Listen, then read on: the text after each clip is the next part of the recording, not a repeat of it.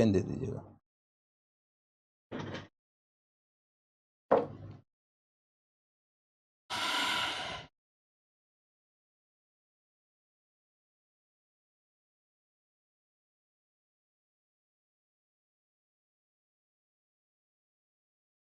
Good evening, कैसे हैं आप लोग? नमस्ते।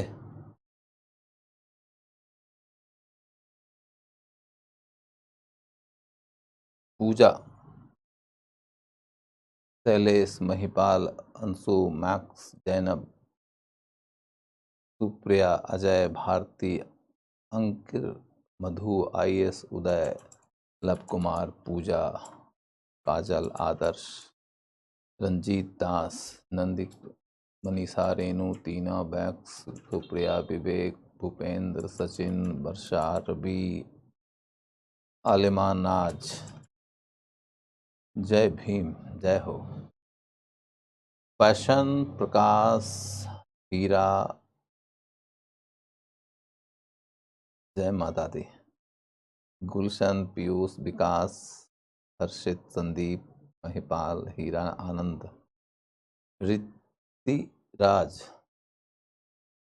चलिए, सब लोगों को नमस्कार करता हूँ। जय सिया राम, जय सिया राम। तो आप लोगों को यदि कोई सवाल पूछना है तो जल्दी से पूछ लीजिए। If you have any question please ask.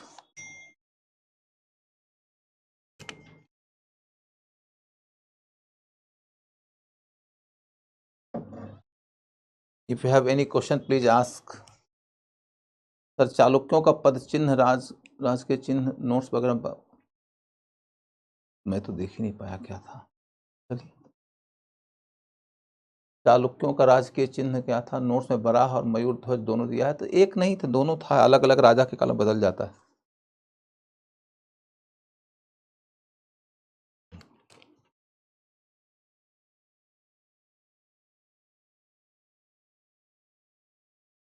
चलिए, परमार क्या होता है? परमार एक राजकीय वंश है भाई। परमार एक डायनेस्टी का नाम है। उसी से अभी का जो पवार वगैरह टाइटल है ना, वो उसी से निकला हुआ है।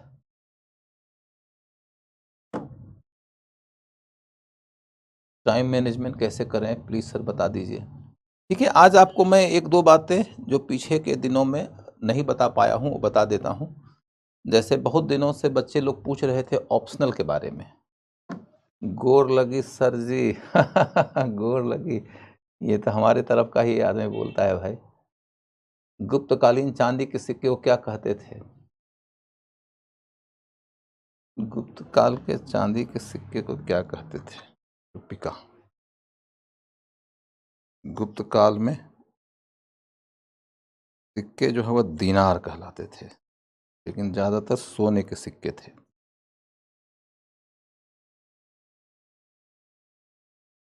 चंद्रगुप्त दलित था क्या? दलित था क्या, ये तो आज के डेट में तमाम प्रकार के डिबेट चलते रहते हैं।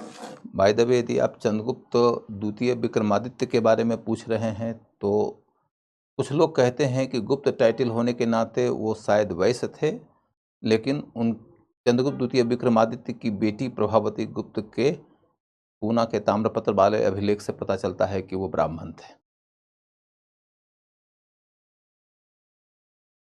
ठीक है, ठीक है, ठीक है। टाइम मैनेजमेंट के बारे में आपको कहाँ पर दिक्कत आती है, सो कुछ बताएंगे तब तो। मतलब ऐसे ओवरऑल मैं स्टेटमेंट दूंगा तो फिर बहुत साधारण सी बात हो जाएगी। मेरा भी नाम लीजिए, पुष्पा, ये जॉनसन, हाँ जॉनसन, ठीक है। दीपांशु सर, क्या कुषाण के दो भाग थे? कुषाण के दो भाग नहीं थे, कुषाण का एक ही भाग था। बाद में कुषाण छोटे से क्षेत्र में शासन करते रह गए थे, कश्मीर में बस। चोड़गंग, चोड़गंग एक राजवंश है, गंग का चोल वाला इलाका जो है उसको, लेकिन उतना डिटेल में जाना ही नहीं जरूरी है।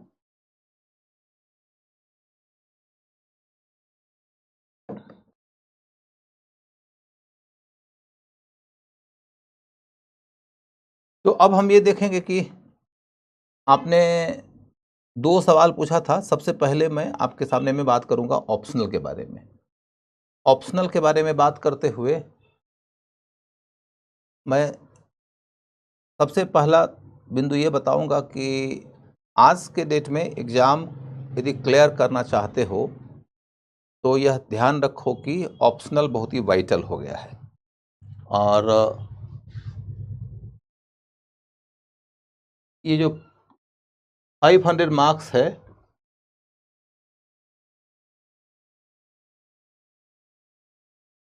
इस 500 के अंदर तुम यदि ढंग से तैयारी कर लोगे ऑप्शनल की तो इसमें 280 से लेकर 320 तक मार्क्स तुम ला सकते हो। 320 के ऊपर का जो मार्क्स होता है वो रेयर केस में आता है, इक्का दुक्का आता है, कभी कभी आता है, तो उधर मत पड़िए ज़्यादा। लेकिन इस बात पर आप यकीन करिए कि उसमें आपको 55% मार्क्स से लेकर 65% मार्क्स तक आ सकता है। 55 से लेकर 65 के बीच में जो मैं एक औसत निकाल के लाता हूँ वो 60% प्लस का मार्क्स आप ला सकते हो। दूसरी बात यह देखना होगा कि 53%, 54% मैक्सिमम मार्क्स है आज के डेट में जिसके ऊपर के लोग टॉप कर जा रहे हैं। ज़्यादातर लोगों का तो मैंने देखा है कि 52, 53% पे ही 52, 53% पे ही लोग टॉप कर जाते हैं। तो गौर करने लायक बात यह है कि जिस एग्ज़ाम में 52% के ऊपर टॉप लोग कर रहे हैं उस एग्ज़ाम में यदि तुम 500 नंबर के पेपर में इधर 60% मार्क्स ला सकते हो तो ये एक बहुत बड़ा एडवांटेज देता है। दूसरा एक एरिया है एसे का। मैंने देखा है कि नॉर्मली लोग इसकी उपेक्षा करते हैं, उस उपेक्षा का मूल्य चुकाना पड़ता है। यहाँ भी तुम 60% के आसपास मार्क्स ला सकते हो। 250 मार्क्स के अंदर यदि उधर तुम 140 के आसपास नंबर ले आते हो तो एक बहुत बड़ा मार्क तुम्हारा उधर भी हो जाएगा। तो 140 मार्क्स यदि इधर लाते हो तो तुम सोचो कि तुम्हारा 300 प्लस 140 का मार्क्स आ जाता है। जीएस में मैंने देखा है कि जो टॉप कर रहे हैं और उनमें भी इक्का दुक्का लोग जो हैं उनका 480, 490 के आसपास मार्क्स जाता है। Once in a blue moon का भी 500 आसपास नंबर आ रहा है। हिंदी मीडियम के लोगों का मैंने देखा है कि 420-30 के आसपास मार्क्स आ रहा है। मैं एक सिंगल टीचर के रूप में आपके सामने कोई ऐसा प्रॉमिस नहीं रख पाऊंगा कि भैया मैं 500 नंबर दिला दूंगा आपको।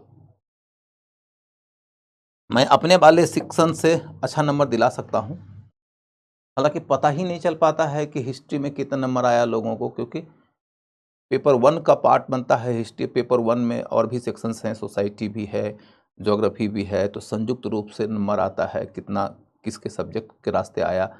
ये किसी को पता नहीं चल पाता तो टीचर इस मामले में कोई क्लेम कर नहीं सकते। तो ऐसे में मैं आपको बस ये कह सकता हूं कि यदि आप इस मार्क्स के ऊपर परफॉर्म कर रहे हैं तो आप अच्छा नंबर ले आएंगे और फिर इंटरव्यू के ऊपर आप काम करिएगा। इंटरव्यू वगैरह के ऊपर काम तो अभी से ही शुरू कर दीजिए। जो अभी से ही इंटरव्यू के बारे में बेसिक जानता रहता है उसके मुताबिक अपने व्यक्तित्व को ढालते रहता है तो वो अच्छा कर पाता है।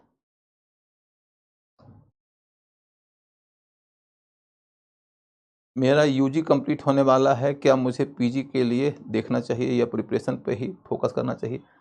कर लो पीजी, पीजी कर लेना चाहिए। मतलब इतना ज़्यादा फोकस करके यूपीएससी की तैयारी करने में एक मामला रहता है कि पीजी तुम यदि कर लेते हो तो दोनों फायदा होता है। एक तो तुम्हारी तैयारी थोड़ी गहरी हो जाती है और दूसरी बात ये है कि तुम्हारे लाइफ में एक कैरियर ऑल्टरनेटिव रहता है, तो तुम ज़्यादा आश्वस्त रहते हो। बेहतर है, कर लेना चाहिए।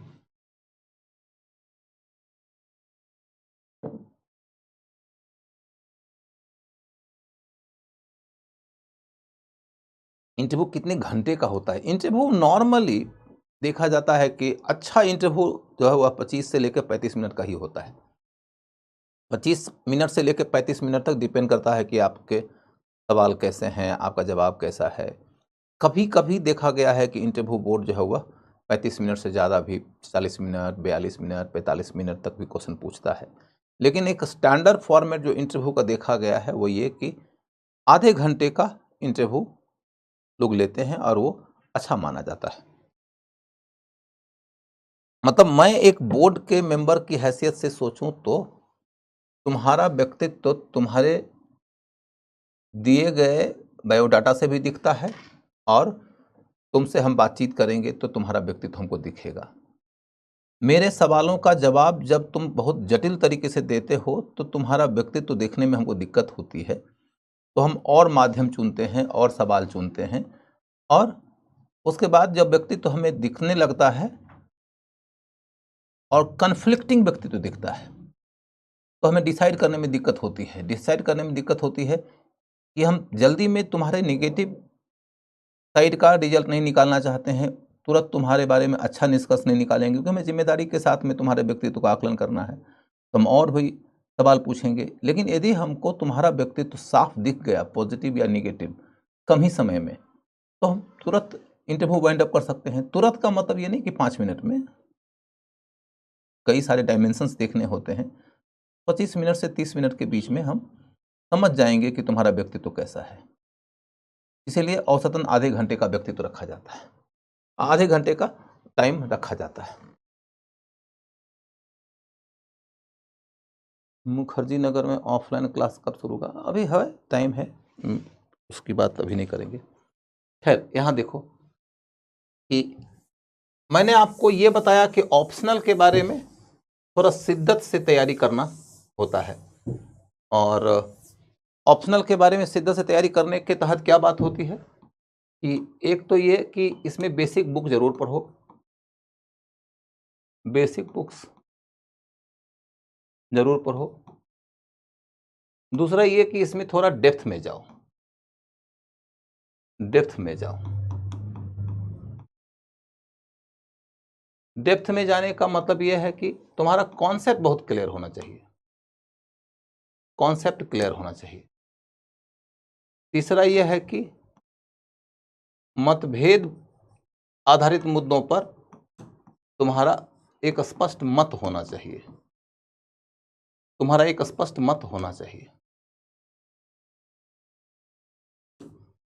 एक स्पष्ट मत होना चाहिए। उन मतों के अंतर्गत तुम्हारा जो मत बनता है वो इन्फॉर्म्ड होना चाहिए और लॉजिकल होना चाहिए। इसके बाद फिर तुम्हारी भाषा अच्छी होनी चाहिए। भाषा ठीक करना पड़ेगा, तुम में से जिन लोगों को भी भाषा की समस्या है उन्हें भाषा ठीक करना पड़ेगा। इसके बाद फिर भाषा ठीक करने के बाद का मामला ये आता है कि तुमको ये समझना पड़ेगा कि संक्षेप में लिखना है,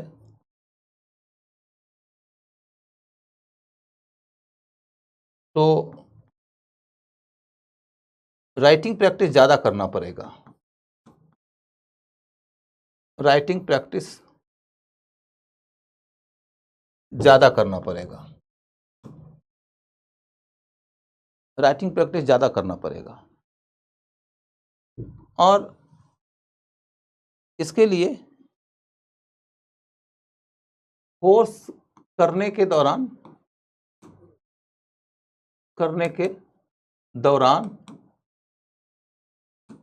लिखो, और जब कोर्स खत्म हो जाए तो टेस्ट सीरीज में शामिल हुआ करो। टेस्ट सीरीज में शामिल हो जाओ। कोर्स कंप्लीट हो जाने के बाद तुमको टेस्ट सीरीज में शामिल हो जाना चाहिए।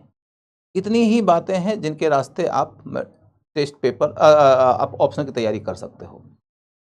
मैं आपके सवालों का जवाब देने में थोड़ा सा जनरलाइज हो रहा हूं, क्योंकि मुझे ये नहीं समझ में आ रहा कि आप में से किसी का क्वेश्चन क्या है।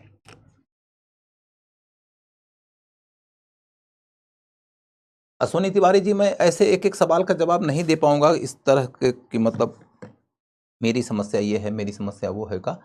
मैं ये नहीं कहता कि आपकी समस्या जेन्युइन या बहुत महत्वपूर्ण नहीं है, लेकिन क्लास में हूँ, क्लास में बहुत लोग कह सकते हैं कि ये मेरा प्रॉब्लम नहीं है, तो आप इसका जवाब क्यों दे रहे हैं। नॉर्मली आप देखेंगे कि मैं आपके सब्जेक्ट के ऊपर बात करने के अलावा किसी और विषय पर जाने से बचता हूँ। उसका वजह यही है कि यदि मैं ऑप्शनल की बात भी आज कर रहा हूं तो इसलिए कर रहा हूं क्योंकि बीसियों दिन से लगातार लोगों ने पूछा और लोग दुखी हो गए कि ऑप्शनल के बारे में बता नहीं रहे हैं। तो मैं आज ऑप्शनल के बारे में बताने में इसलिए इंटरेस्टेड हूँ कि कल मेरा क्लास ख़त्म होगा, कल ख़त्म होगा, इसके वजह से मैं आप लोगों के सामने में ऑप्शनल की बातें करने के लिए तैयार हो गया हूँ। आप लोग ऑप्शनल आधारित क्वेश्चन पूछिए। यदि आप वो नहीं पूछेंगे तो मैं समझूंगा कि आप ऐसे ही कुछ बोले जा रहे थे। आप ऑप्शनल आधारित सवाल पूछिए। मैंने जनरलाइज्ड आंसर दे दिया कि ऑप्शनल की तैयारी बहुत महत्वपूर्ण है।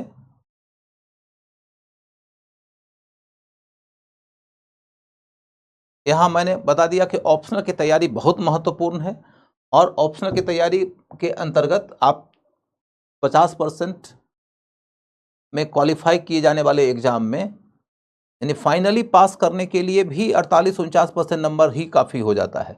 50% नंबर ला जाएंगे तो आप निश्चित रूप से यूपीएससी पास कर जाएंगे। उस एग्जाम में 52-53% मार्क्स लाकर लोग टॉप कर जा रहा है, वहाँ भी आप ऑप्शन में 60% नंबर ला सकते हैं।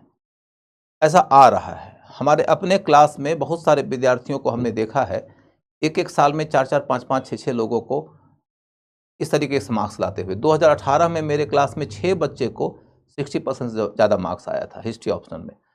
तो मैं ये मानता हूँ कि ऑप्शनल के ऊपर थोड़ी सी ज़्यादा गहराई में जाकर थोड़ा सा ज़्यादा समय लगाकर तैयारी करना चाहिए। 2013 के पहले ऑप्शनल बहुत ज़्यादा डिसिसिव हुआ करता था, तो इसलिए क्योंकि उसमें 2 ऑप्शनल था। अब एक ऑप्शनल हो गया है और जीएस का मार्क्स ऑप्शनल से दुगना हो गया है। तो बच्चे जीएस पे फोकस करते हैं, गलत भी नहीं करते हैं, लेकिन जीएस पे फोकस करते हुए कई दफ़ा ऑप्शनल की उपेक्षा कर जाते हैं और इसका नतीजा ये निकल के आता है कि जहां पर आप ज़्यादा नंबर ला सकते हैं वहां भी आप पिछड़ जाते हैं। ऑप्शनल वो सेक्शन है जिसमें ज़्यादा नंबर लाया जा सकता है, लाते रहे हैं लोग। हिंदी मीडियम के लोगों के बारे में भी बोल रहा हूँ। मैंने कहा कि 2018 में मेरे क्लास के 6 बच्चों को हिस्ट्री ऑप्शनल में 60% ज़्यादा नंबर आया, तो उसके अंतर्गत 5 बच्चे हिंदी मीडियम के थे। कई बच्चे लोग कहते हैं कि हिंदी मीडियम के लोगों का रिजल्ट नहीं आ रहा है, उनका मार्क्स नहीं आ रहा है, तो ये सब ऐसे ही गलतफहमी की बातें हैं। आप देखो कि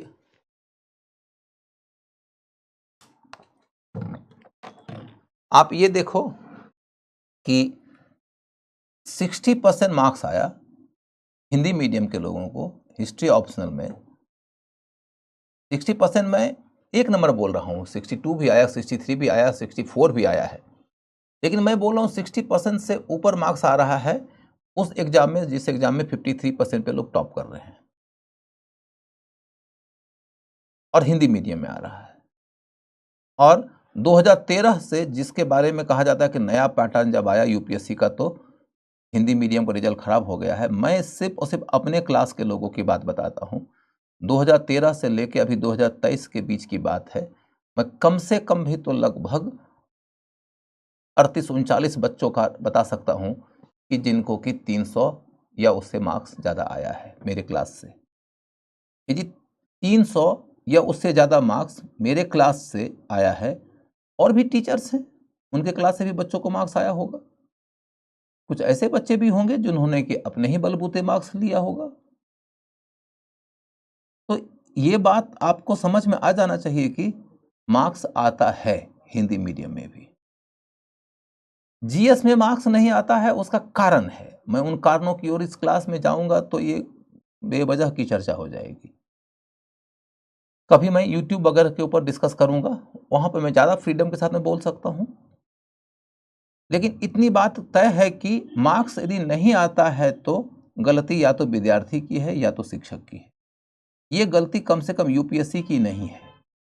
ऐसा नहीं है कि यूपीएससी वाले हिंदी मीडियम के लोगों को नंबर नहीं देना चाहते हैं।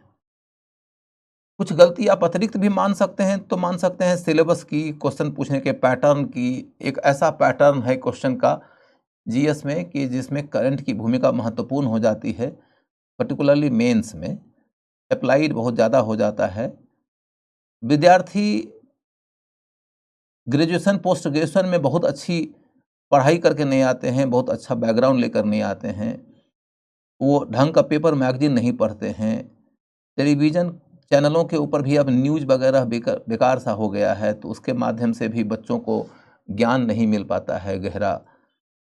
तो इसके कारण क्या हो रहा है कि आप सिर्फ और सिर्फ कन्वेंशनल पढ़ाई करते रह जाते हैं और कन्वेंशनल पढ़ाई पर्याप्त होती नहीं है।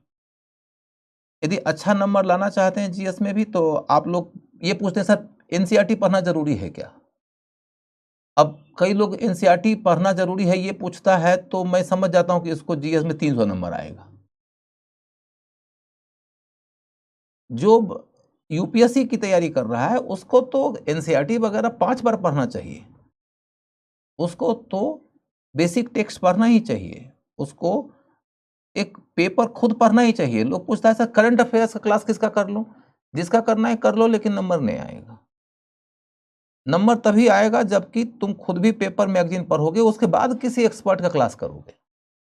एक्सपर्ट का क्लास मात्र करके तुम यदि सोचोगे कि करंट अफेयर्स तैयार कर लें, तो फिर हमको मालूम है जन्नत की हकीकत, लेकिन दिल को बहलाने का गालिब ये ख्याल अच्छा है।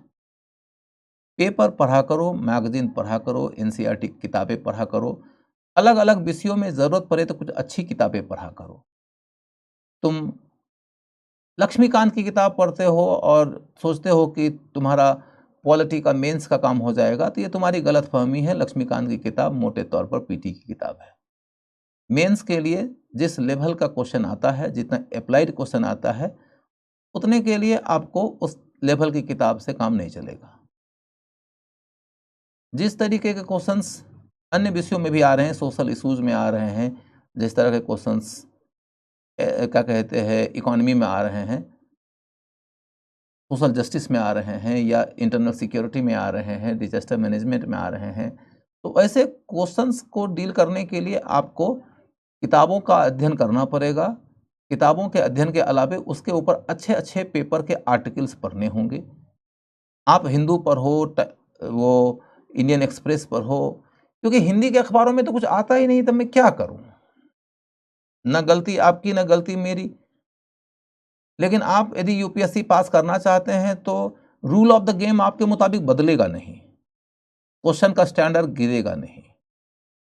स्टैंडर्ड आपको अपना या तो इन्हांस करना पड़ेगा या तो मैदान छोड़ के जाना पड़ेगा। कोचिंग वाला लोग ये कह देता है कि हम करंट अफेयर्स करा देंगे, लेकिन मेरा अपना अनुभव यह है कि करंट अफेयर्स का जो कोचिंग होता है उसका उपयोग यही है कि वो सहायक होता है। सिर्फ और सिर्फ कोचिंग इंस्टीट्यूट के ऊपर डिपेंडेंट होकर आप यूपीएससी का बड़ा एग्जाम पास कर जाएंगे तो ये सब तो होना नहीं है। लेकिन फिर भी आपकी जिद है तो आप अपना पैसा बर्बाद करिए, अपना करियर बर्बाद करिए। शिक्षकों के घर में पैसे आते रहेंगे, आपके घर से पैसे जाते रहेंगे, पैसा जाए कोई बात नहीं, करियर भी चला जाएगा आपका, ये बहुत बड़ी बात है। तो पेपर मैगजीन खुद पढ़ा करिए, उसके बाद फिर शिक्षक का लाभ उठाइए। शिक्षकों में भी आप लोगों को ये बात समझ में नहीं आती है, शिक्षक लोग तमाशा भी कर देते हैं। आपको तमाशा में ही खूब मज़ा आने लगता है। तमाशा में मज़ा इसलिए आता है क्योंकि आपका बैकग्राउंड बहुत जो खराब होता है, कमज़ोर होता है, कुछ न पढ़ते हैं आप, पीछे से बैकग्राउंड कुछ है नहीं। शिक्षक ने जो कुछ पढ़ा दिया आपको लगता है कि हमने सीख लिया, बेसिक बेसिक बातें पढ़ा दिया, बेसिक बेसिक कथा कहानी सुना दिया, आपको लगता है अरे आप तो ज्ञानी हो गए। लेकिन आपको ये समझना पड़ेगा कि जो ज्ञान आपको मिला उतने के बदौलत आप एसएससी पास न कर पाइएगा, यूपीएससी तो बहुत दूर की चीज़ है। तो यूपीएससी पास करने के लिए सबसे पहली ज़रूरत यह है कि यूपीएससी के स्टैंडर्ड को समझो, उसको मान दो। उसके लिए गहन परिश्रम करो, जरूरत पड़े तो 2 साल रगड़ो, 3 साल रगड़ो, रगड़ोगे तो चमक आ ही जाएगी, लेकिन रगड़ने से चमक आएगी। ऐसे ही चने के झाड़ पे चढ़ जाने से यूपीएससी का एग्जाम तो होगा नहीं। यदि तुम्हारी अंग्रेजी बहुत खराब है, कोई बात नहीं यार, 6 महीना टाइम लगता है, सीख लो थोड़ी थोड़ी अंग्रेजी। वैसे भी यूपीएससी के मेंस में इंग्लिश क्वालिफाई करना पड़ेगा तुम्हें। इंग्लिश क्वालिफाई किए बिना तो तुम पास कर नहीं पाओगे। जितनी अंग्रेजी क्वालिफाइंग अंग्रेजी सीखने के लिए चाहिए, उतनी अंग्रेजी में तो तुम पेपर का अध्ययन कर ही सकते हो। कौन सा तुमको अंग्रेजी में लिखना है, कौन सा तुमको उसका एक एक वर्ड समझना है, मोटा मोटी कहानी समझ लो। शुरुआती दिनों में पेपर में कम से कम 2 घंटा का टाइम लगता है। फिर धीरे धीरे धीरे धीरे जैसे जैसे आप विभिन्न विषयों के साथ में पेपर को लिंक करने लगते हैं, आपका 1.5 घंटा 1 घंटा में भी काम हो जाएगा। ये भी बात होती है कि कन्वेंशनल तैयारी जब कंप्लीट हो जाती है तो शुरुआती दौर में पेपर मैगजीन के लिए थोड़ा कम समय निकलता है। कन्वेंशनल तैयारी हो जाने के बाद पेपर मैगजीन के लिए आप 2 घंटा का टाइम निकालना सहज तरीके से अफोर्ड भी कर सकते हो। तो मेरा ये सुझाव रहेगा कि आप यदि अच्छा नंबर लाना चाहते हैं, एक इंग्लिश तो आती है पर हिंदू पढ़ेंगे ज़्यादा टाइम लगेगा, तो ठीक है संजना ठाकुर जी, इंग्लिश आती है, हिंदू पढ़ेंगे ज़्यादा टाइम लगेगा, तो बचा के टाइम करिएगा क्या आप अपना समय बचा क्या करिएगा। आपको यदि ये गलतफहमी है कि आप पेपर बिना पढ़े ही, मैगजीन बिना पढ़े ही, ये दैनिक जागरण पढ़ के और ABCD का यूट्यूब चैनल देख करके यूपीएससी पास कर जाइएगा, तो सबसे पहले भाई अपनी गलतफहमी से बाहर निकलिए। आपको लगता है कि 1 घंटा ज़्यादा लग जाएगा, 2 घंटा ज़्यादा लग जाएगा, 1 साल के अंतर्गत आपका 500-600 घंटा ज़्यादा लग जाएगा, लगाइए आप। नहीं लगाइएगा तो आपका 2 साल खराब हो जाएगा, 3 साल खराब हो जाएगा। आप साल दर साल ऐसे ही टहलते रह जाइएगा, भटकते रह जाइएगा, आपका होगा नहीं। और आपको ये समझना है कि लोग भटक रहे हैं। मैं आपके सामने कड़वा बोल देता हूँ, कई दफ़ा लोगों को मेरी बात बुरी लग जाती है, लेकिन क्या करूँ, शिक्षक का काम है, कुम्हार का काम है, नीचे से संभालता है, ऊपर से तो वो ठोकता ही है। मूर्तिकार पत्थर के ऊपर छेनी हथौड़े चलाएगा। आप अपने को पत्थर की जगह पर रख दीजिएगा तो आपका शरीर भी छिलेगा, आपका मन भी लहूलुहान होगा। लेकिन क्या करिए, मूर्तिकार यदि ये सोचे कि पत्थर को गले लगा लेंगे, तो पत्थर को गला लगा लेने से थोड़ा ना पत्थर मूर्ति में तब्दील हो जाएगा। तो इसलिए मेरा तो सीधा सीधी मानना है कि किताबें खुद पढ़ा करो। जब भी कभी किसी बच्चे ने हमसे पूछा कि सर एनसीईआरटी किताब पढ़ना पड़ेगा क्या, एनसीईआरटी का फलाने सर का क्लास कर ले तो नहीं हो जाएगा क्या, मैं किसी के क्लास के विरुद्ध नहीं हूँ, लेकिन आप खुद एनसीईआरटी किताब पढ़िए, ये अनिवार्य है। उसके बाद क्लास कर लीजिए, हो सकता है कि आपको थोड़ा अतिरिक्त फायदा हो जाएगा। आप कहते हैं कि मैं किसका यूट्यूब चैनल देख लूँ या XY चीज़ देख लूँ कि मेरा करंट अफेयर्स हो जाएगा। तो जिनका देखना है, एक आदमी का 2 आदमी का देख लीजिए। एक आदमी किसी के बस में है ही नहीं पूरा का पूरा करंट अफेयर्स पढ़ा देना। ऐसा है भाई कि मैं 20 वर्षों से ज़्यादा समय हो गया पढ़ाते हुए, लगातार पढ़ा रहा हूँ, पढ़ रहा हूँ, और एक नहीं 3-4 विषय पढ़ता हूँ। लेकिन तब भी मुझे यह मालूम है कि किसी एक आदमी के बूते में नहीं है कि वह पूरा का पूरा करंट अफेयर्स आपको पढ़ा दे। करंट अफेयर्स पढ़ाने के लिए एक टीम चाहिए, और टीम में कम से कम 3 आदमी चाहिए। कम से कम 3 आदमी, कम से कम बोल रहा हूँ, कम से कम 3 आदमी चाहिए, तब जाकर करंट अफेयर्स के ऊपर वो आधिकारिक तरीके से कुछ बता पाएगा। और वो भी आधिकारिक तरीके से बताए, इसके पहले जरूरी है कि तुम खुद पेपर पढ़ो। तुम पेपर पढ़ोगे तो तुमको सिर्फ और सिर्फ इंफॉर्मेशन थोड़े मिलता है, इंफॉर्मेशन के साथ में तुमको ये पता चलता है कि कोई विद्वान आदमी किसी विषय के ऊपर जब लिखता है तो उसकी क्या शैली होती है, वो कैसे तथ्यों का उपयोग करता है, कैसे तर्क लगाता है। तुम्हारी तर्क शक्ति बढ़ेगी, तुम्हारा इमेजिनेशन बढ़ेगा, इन सब से तुम्हारा बौद्धिक स्तर ऊंचा होता है। बौद्धिक स्तर ऊंचा होगा नहीं, काम कैसे चलेगा। कोई रामोतार पांडे और कोई दिनेश यादव, कोई हर्ष कुमार सिंह जाएंगे और वो पढ़ाने लगेंगे यूट्यूब चैनल के ऊपर करंट अफेयर्स, तो तुम हर्ष कुमार सिंह को ही ना पढ़े जी, तुम रमतार पांडे को ही ना पढ़े जी, तुम किसी XYZ को ही ना पढ़े। वो क्या उसका मुकाबला कर सकता है जो हिंदू में लिख रहा है। हिंदू में बड़े बड़े विद्वान लिख रहे हैं, पता चला कि मैं किसी कॉलमिनिस्ट को पढ़ रहा हूँ, कंटिन्यूसली फॉलो कर रहा हूँ, एक दिन पता चला कि अरे इनको तो नोबेल प्राइज मिल गया। तो ऐसे ऐसे विद्वान लोग वहाँ लिख रहे होते हैं, उन लोगों के लॉजिक को, उनके इमेजिनेशन को, उनके अपडेटेड रिसर्च वर्क को यदि तुम फर्स्ट हैंड पढ़ते हो तो तुम्हारी बौद्धिक क्षमता बढ़ती है। और उसके बाद में कोई टीचर ने तुमको पढ़ा दिया उसी टॉपिक के ऊपर, तो होता क्या है कि जो चीजें तुम थोड़ा कम समझे थे वो बढ़िया समझ जाओगे, जो चीजें तुम थोड़ा कंफ्यूज थे वो कंफ्यूजन तुम्हारा दूर हो जाएगा। टीचर की उपयोगिता खत्म नहीं हो जाती है यदि तुम पेपर पढ़ते हो तो, तब टीचर का रियल लाभ हो जाता है। अदरवाइज तुम तो ये भी नहीं समझ पाओगे कौन से टीचर को पढ़ना चाहिए। तुम उस टीचर को ज्यादा फॉलो करने लगोगे जो टीचर क्लास में तमाशा करेगा। और तमाशेबाजों के साथ तुम्हारा मनोरंजन तो हो सकता है, लेकिन यूपीएससी का एग्जाम पास करना चाहते हो तो मनोरंजन करने वाले टीचर से तो तुमको तौबा करना पड़ेगा, तुमको कान पकड़ लेना पड़ेगा। अच्छा टीचर गहन जाएगा, जो गहन जाता है उसकी गहराई परीक्षोपयोगी होती है, लेकिन परीक्षोपयोगिता को समझना तो तुम ही को होगा। कैसे समझोगे? जब तुम खुद बढ़िया किताब पढ़ोगे, जब तुम खुद बढ़िया विद्वान लोगों के द्वारा लिखे हुए अखबार को पढ़ोगे, जब तुम खुद पिछले वर्षों के क्वेश्चन पेपर को पढ़ोगे, तो वो सब करना बहुत जरूरी है। समझ गए?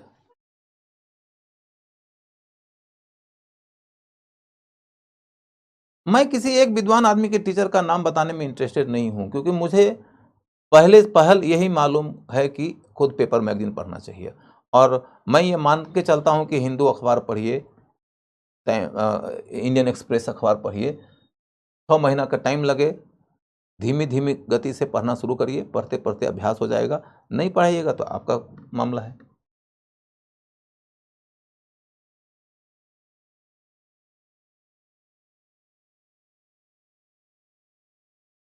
चलो भाई, तो फिर ऑप्शनल के ऊपर तुम लोगों ने कुछ पूछा नहीं, तो मैं अब क्या बताऊं ऑप्शनल के बारे में। मेरा अपना ऑप्शनल का मेरा अपना ऑप्शनल हिस्ट्री का क्लास चल रहा है ऑलरेडी, और अभी 3 बजे से चल रहा है। 7 तारीख के बाद में ऑप्शनल का जो टाइमिंग होगा वो हो जाएगा 5 बजे, 5:15 बजे से। मतलब अभी का जो आपका टाइमिंग है ना, उस टाइमिंग के ऊपर ऑप्शनल का टाइमिंग हो जाएगा। तो ऑप्शनल का टाइमिंग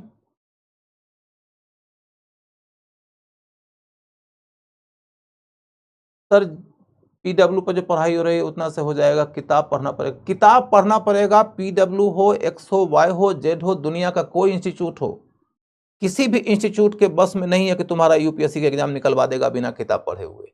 और यदि किसी टीचर ने कह दिया किताब पढ़ने की जरूरत नहीं है, तो इसका मतलब समझ लेना कि उस टीचर ने तुम्हारे नाम की सुपारी ले लिया है। उस टीचर को तुम्हारा समर्थन चाहिए, वो टीचर पॉपुलर होना चाहता है, उस टीचर को तुम्हारे करियर में कोई इंटरेस्ट नहीं है, इसलिए उस टीचर ने कह दिया किताब पढ़ने की जरूरत नहीं है।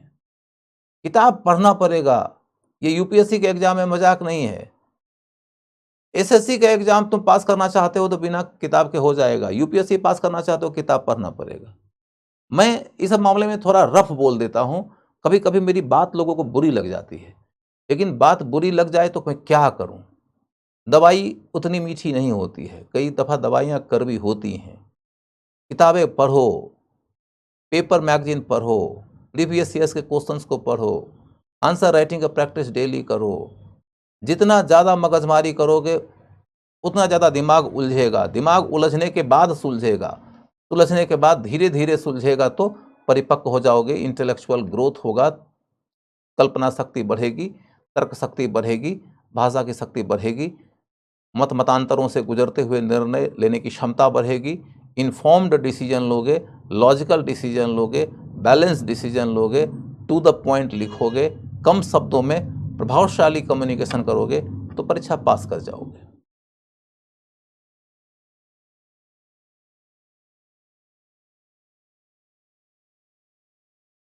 एंशिएंट हिस्ट्री के लिए एनसीईआरटी पढ़ लो ना, एनसीईआरटी पढ़ लो, हो जाएगा। खैर, तुम्हारा कोई क्वेश्चन आया नहीं ऑप्शनल में, तो मैं क्या करूं, ऑप्शनल कौन सा लें?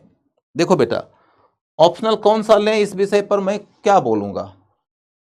ऑप्शनल डिसाइड करने का कुछ बेस होता है।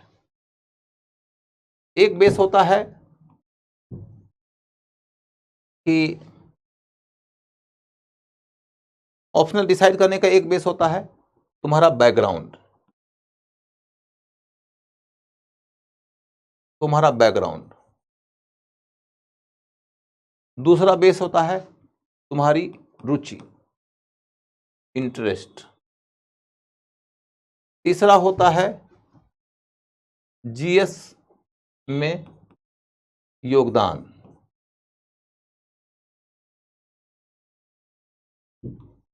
चौथा होता है अंक कैसा आ रहा है, मार्क्स कैसा आ रहा है। ये 4 बेस होता है जिसके आधार पर तुम ऑप्शनल डिसाइड करोगे। इसमें भी ये बात देखी जाती है कि हिंदी मीडियम में कैसा परफॉर्मेंस है, इंग्लिश मीडियम में कैसा परफॉर्मेंस है। मैंने ये देखा है कि जिस भी विषय में तुम्हारा ग्रेजुएशन है, पोस्ट ग्रेजुएशन है, उस विषय को तुम प्रेफर करो, ये अच्छा रहेगा, बशर्ते कि तुमने ठीक से ग्रेजुएशन किया है, पोस्ट ग्रेजुएशन किया है। आज के डेट में यूनिवर्सिटी कॉलेज में पढ़ाई का लेवल इतना नीचे गिर गया है कि बहुत सारे लोग कुछ भी बोल देते हैं। बहुत सारे लोग बहुत सारे लोग बीए एमए की पढ़ाई ऐसे ही हल्के में कर लेते हैं, उनको कुछ आता ही नहीं। देखो, मैं किसी टीचर के बारे में कमेंट नहीं करना चाहता हूं। मैं जो बोल रहा हूं मेरी अपनी समझ है, मेरी अपनी अथॉरिटी है। कोई टीचर क्या बोल रहे हैं, उनका नाम मेरे क्लास में लोगे, मैं उनके मत का खंडन करूंगा, विवाद होगा। मैं उन विवादों में नहीं जाना चाहता। तुमको मेरी बात पर यकीन नहीं है, मुझसे मत पूछो। तुम मेरे सामने किसी टीचर का नाम लेकर मत आओ। मैं अपनी ओर से जिम्मेदारी के साथ अपने विवेकानुसार बता रहा हूं, वो ये कि तुमको किताबें पढ़नी पड़ेगी। अब कौन टीचर कौन से विषय पर क्या बोल रहे हैं, इस विषय को लेकर मेरे सामने में आओगे, मैं किसी दूसरे टीचर के ऊपर टिप्पणी करूं, ये अशोभनीय बात हो जाएगी। कभी कभी हल्की हल्की कोई बात कर दिया तो भी पता चलता कि तुम लोग वायरल कर देते हो, तो दिक्कत हो जाती है। ठीक है, तो मैं ये कह रहा हूं कि बैकग्राउंड को थोड़ा रेस्पेक्ट करो। शर्त यह है कि तुमने बीए एमए ईमानदारी पूर्वक किया है। यदि नहीं किया है तब तो फिर तुम कोरा कागज हो। तो तुम्हारा डिसीजन इस पर होना चाहिए कि तुम्हारी रुचि किस में है। रुचियों के बारे में भी एक बात बड़ी अहम बात होती है कि तुमने पढ़ाई नहीं है तो तुमको पता कहां से चलेगा कि तुम्हारी रुचि किस में है। तो जीएस के लिए तुम पढ़ाई करते हो, 2-3 महीना 4 महीना पढ़ो। 2-3-4 महीना पढ़ने के बाद देखो कि तुम्हारी रुचि किस में है। तुम कंफर्म हो कि तुम्हारी रुचि किसी एक सब्जेक्ट में है तो तुम उस सब्जेक्ट को चुन लो। लेकिन तुम यदि अपनी रुचियों की पहचान करने में थोड़े से भी कंफ्यूज्ड हो तो तुम पहले 3-4 महीना जीएस की पढ़ाई ठीक से कर लो, तब डिसाइड करो कि तुम रियल माने में कौन से सब्जेक्ट को एंजॉय करते हो। उसके बाद फिर यह भी देख लेना कि इंटरेस्ट मात्र से काम नहीं चलेगा। उस सब्जेक्ट में यूपीएससी में क्वेश्चन कैसे पूछे जा रहे हैं, उस लेवल पर जाकर तुम सोच पा रहे हो कि नहीं, ये भी देख लेना। फिर देखो कि जीएस में कितना योगदान है। ये 2 in 1 का फॉर्मूला है। 2 in 1 का फॉर्मूला है। कभी कभी मैं देखता हूं कि जो लिटरेचर के टीचर्स होते हैं वो ये कह देते हैं कि जीएस में योगदान का कोई खास महत्व नहीं है, ऑप्शनल अपने आप में इंडिपेंडेंट सब्जेक्ट की तरह देखा करो। ठीक है, उनका भी अपना एक लॉजिक होता है, मैं उनके लॉजिक को कन्फ्रंट करने में इंटरेस्टेड नहीं हूं। लेकिन मेरा ये कहना है कि प्रेफरेंस उस सब्जेक्ट को तुम दो जिस सब्जेक्ट का 2 in 1 के तरह से लाभ होता है। उसमें आप देखोगे कि जो ज्योग्राफी है, हिस्ट्री है, पॉलिटिकल साइंस है, ये 3 सब्जेक्ट्स ऐसे हैं हिंदी मीडियम के लोगों के लिए जिनमें कि जीएस और ऑप्शनल के बीच में बहुत ज़्यादा 2 in 1 का फॉर्मूला लागू होता है कि तुम जीएस के रास्ते बहुत हद तक वो तैयारी कर लेते हो जिससे कि तुम्हारा ऑप्शनल का फंडामेंटल तैयार हो जाता है, और तुम ऑप्शनल पढ़ रहे हो तो जीएस तुम्हारा उसी में समा जाता है। मैं अकेले हिस्ट्री की बात करूं, चूंकि मैं हिस्ट्री का एक्सपर्ट हूं तो मैं हिस्ट्री की बात करता हूं कि हिस्ट्री में एंसेंट हिस्ट्री भी पढ़ना पड़ता है तुमको, मेडिवल हिस्ट्री भी पढ़ना पड़ता है, मॉडर्न इंडियन हिस्ट्री भी पढ़ना पड़ता है और वर्ल्ड हिस्ट्री भी पढ़ना पड़ता है।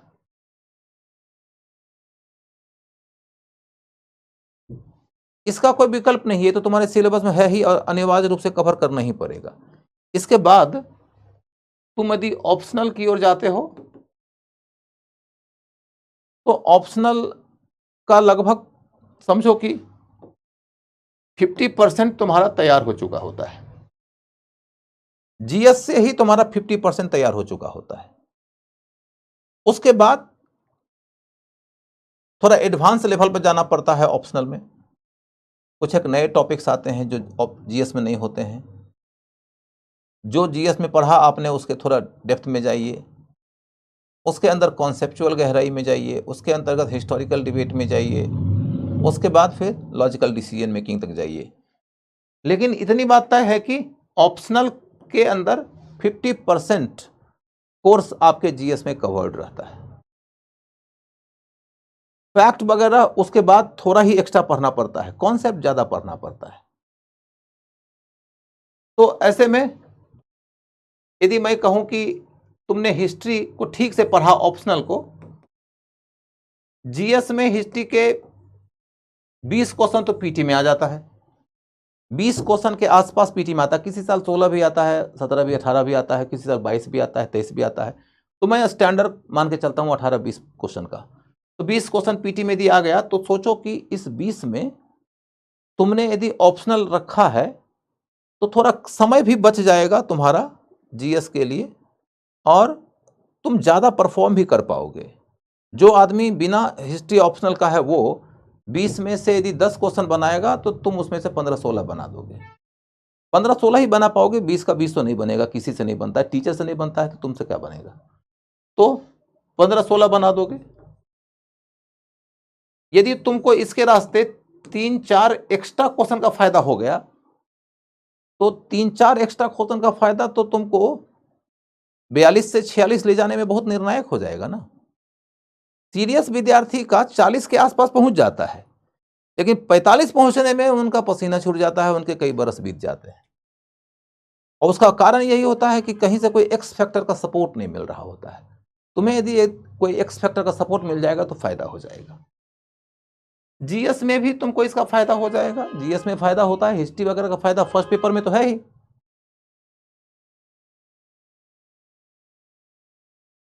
तो फर्स्ट पेपर में तो फायदा है ही, सेकंड पेपर में भी पॉलिटिकल साइंस जब तुम पॉलिटी जो पढ़ते हो उसका बैकग्राउंड हिस्ट्री में मिलता है। कहते हैं कि history is the root and politics is the fruit.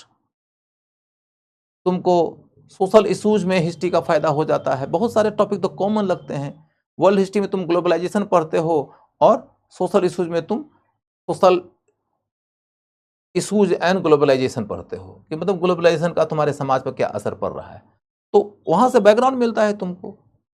तुम वर्ल्ड हिस्ट्री के अंतर्गत यूएनओ पढ़ते हो, उसके अंतर्गत तुम डब्ल्यूटीओ पढ़ते हो।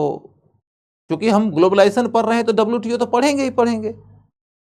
हम world bank, international monetary fund या इंटरनेशनल ट्रेड ऑर्गेनाइजेशन, इन सब का बेसिक पढ़ते हैं वर्ल्ड हिस्ट्री में।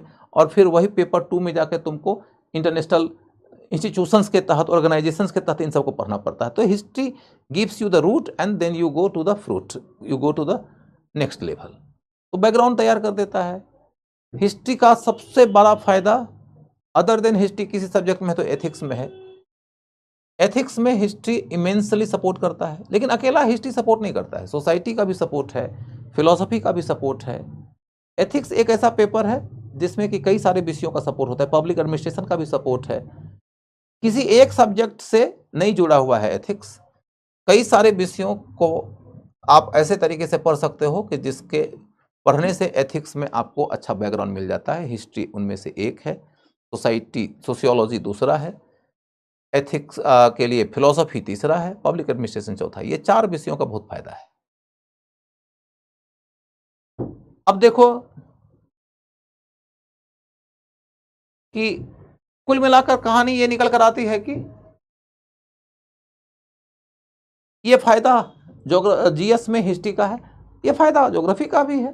ज्योग्राफी के विद्यार्थी भी कई तरीके से हिस्ट्री में जीएस में लाभ उठाते हैं, पीटी में भी, मेंस में भी। ये फ़ायदा पॉलिटिकल साइंस का भी है, कई तरह का फ़ायदा है, पीटी में भी, मेंस में भी।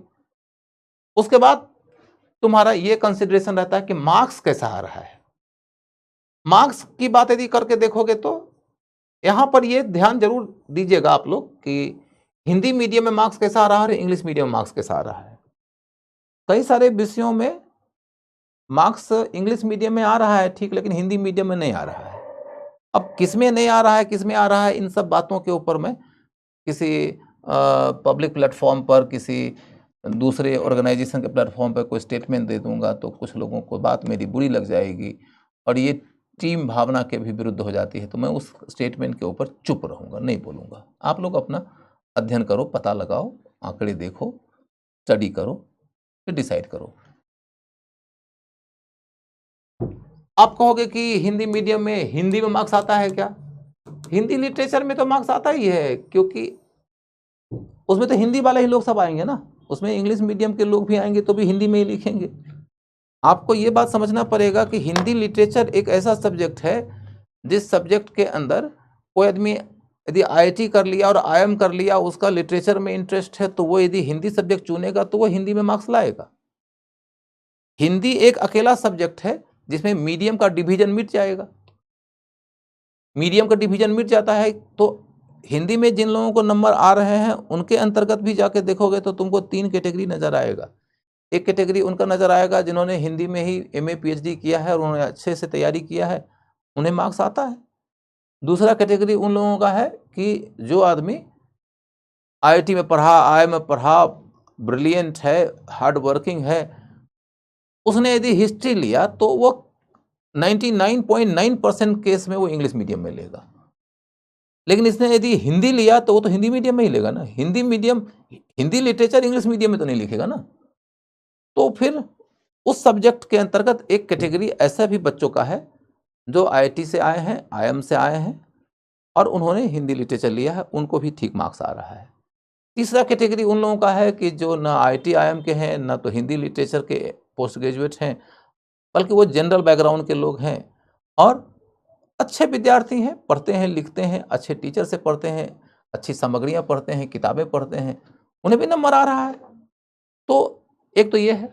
इसके बाद फिर देखोगे कि हिस्ट्री में मार्क्स की बात मैं कहूँगा, मैं सिर्फ अपनी बात ही बताऊं तो मैंने आपको बताया ना कि 2013 से लेकर अभी तक सिर्फ मेरे स्टूडेंट्स को 3840 लोगों को 300 से ज़्यादा नंबर आ चुका है। अब हाथ कंगन को आरसी क्या, पढ़े लिखे को फारसी क्या। अब इस विषय में किसी तरह की बातें करना जरूरी नहीं है। मार्क्स आ रहे हैं, खूब मार्क्स आ रहे हैं। इससे ज़्यादा यदि जानना चाहते हो तो फिर मेरे यूट्यूब के ऊपर जाओ और फिर देखो मेरे स्टूडेंट्स वगैरह का क्या रिजल्ट है। मैं इससे ज़्यादा बोलूँगा तो अपने बारे में बोलने के क्रम में आदमी थोड़ा संकोची हो जाए, तो यही संस्कृति है। अपने बारे में बहुत ज़्यादा बढ़ा चढ़ा के बोलने लगे तो ये बहुत बड़ा बड़पोलापन लगता है। मैंने देखा है कि पॉलिटिकल साइंस में भी कुछ लोगों को 300 से ज़्यादा नंबर आया है हिंदी मीडियम में। पॉलिटिकल साइंस में भी कुछ लोगों को मैंने देखा है 300 से ज़्यादा नंबर आया है। हमारे मित्र हैं, पॉलिटिकल साइंस के टीचर हैं, उनके स्टूडेंट्स को मैंने देखा है 310, 312 नंबर आया है। तो पॉलिटिकल साइंस भी पिछले दिनों उभर रहा है। ये 3 सब्जेक्ट्स ही हैं जिनमें कि 300 से ज़्यादा मार्क्स हिंदी मीडियम के लोगों को आ रहा है।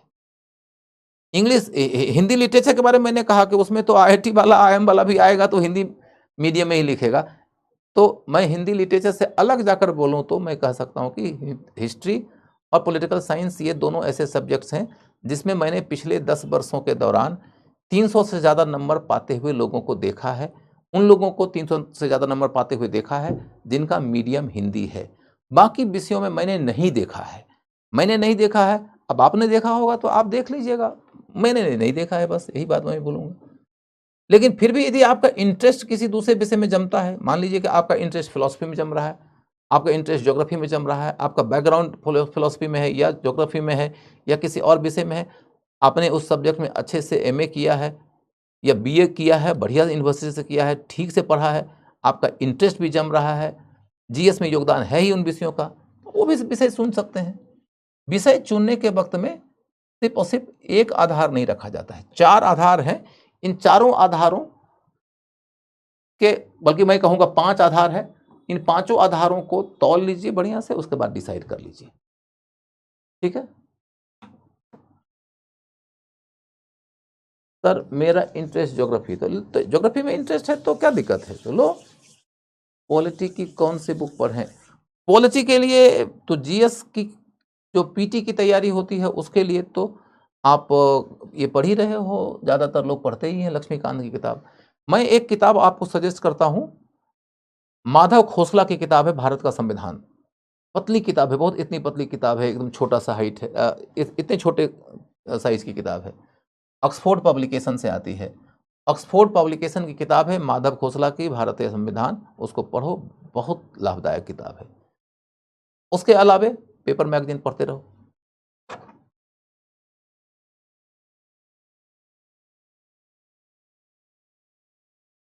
ठीक है, चलिए अब मैं आप लोगों को टॉपिक क्यों ले चलता हूं। मैंने जितना बताना था ऑप्शन के बारे में बता दिया, अब टॉपिक क्यों ले चलते हैं। और आज का जो टॉपिक है अपना,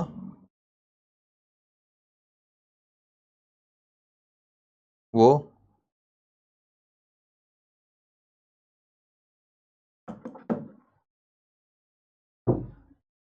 7-8 घंटे की क्लास होती है, सेल्फ स्टडी कैसे करें। मुझे तो नहीं लगता है कि 7-8 घंटा क्लास करना चाहिए किसी विद्यार्थी को। 8 घंटे का क्लास किसी विद्यार्थी को नहीं करना चाहिए। आप लोग कर रहे हैं तो आप जानिए, मुझे नहीं मालूम। मैं किसी भी सिंपल स्ट्रैटेजी का हिस्सा नहीं हूं। I have not offered you 8 hours to study in the classroom, but I tell you one thing कि 8 घंटे का क्लास स्टूडेंट को नहीं करना चाहिए। स्टूडेंट को क्लास करना चाहिए 4 घंटा 5 घंटा, बहुत हो गया किसी दिन तो 5 घंटा, इससे ज़्यादा नहीं करना चाहिए। खासतौर पर न्यू कमर को तो बिल्कुल नहीं करना चाहिए। उन्हें किताबें भी पढ़नी होती है, उन्हें पेपर भी पढ़ना होता है। किताबें या पेपर नहीं पढ़ेंगे तो काम कैसे चलेगा। पढ़े हुए चीज़ को रिवाइज भी करना होता है, पढ़े हुए चीज़ों के ऊपर क्वेश्चन का आंसर भी लिखना होता है, पीटी के ख्याल से भी प्रैक्टिस करना पड़ता है। यदि आप अपने घर में 5-6 घंटे का भी डेली अध्ययन नहीं करते हैं तो कोचिंग पढ़ने से थोड़े न हो जाएगा अकेले। कोचिंग करने के माध्यम से कोचिंग वाले का घर भरिए और क्या, बाकी एंजॉय करिए। स्पेक्ट्रम कितना बार पढ़ा है, स्पेक्ट्रम वगैरह पढ़ने में मैं इंटरेस्टेड नहीं हूँ। मैं नहीं चाहता कि स्पेक्ट्रम वगैरह पढ़िए। एनसीईआरटी पढ़िए, नोट्स पढ़िए, क्लास करिए, हो जाएगा। चलिए आगे पढ़िए। अब हम लोग पूर्व मध्यकाल के टॉपिक में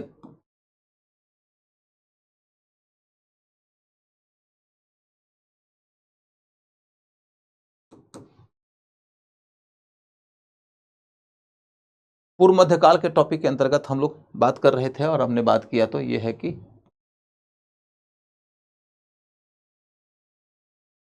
सबसे पहला पॉइंट मैंने आप लोगों को त्रिपक्षीय संघर्ष बताया। त्रिपक्षीय संघर्ष के बाद फिर मैंने आप लोगों को प्रतिहार, प्रतिहारों का विघटन बताया।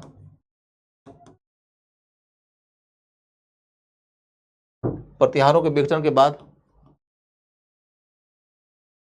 जो क्षेत्रीय राज्य उभरे थे वो बताया। क्षेत्रीय राज्य बताया। फिर मैंने आप लोगों को ये बताया कि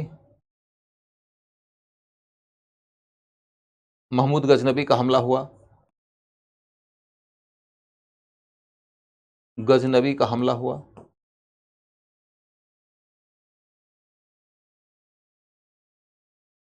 फिर मैंने आप लोगों को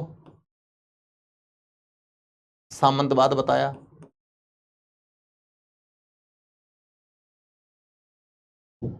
सामंतवाद के बाद में आज के क्लास में मैं इसके आगे नॉर्थ इंडिया में एक तो अलबिरूनी बताऊंगा। अलबिरूनी, अलबिरूनी, राजपूतों का उद्भव, राजपूतों का उद्भव,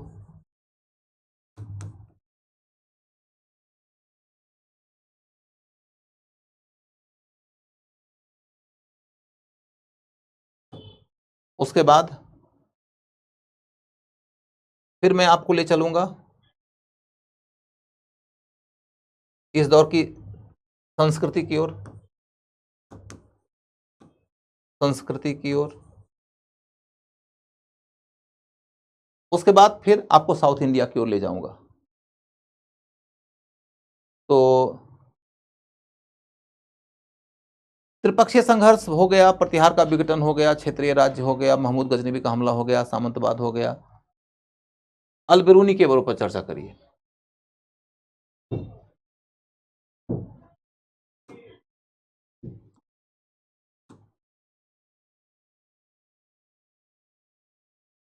अल बिरूनी,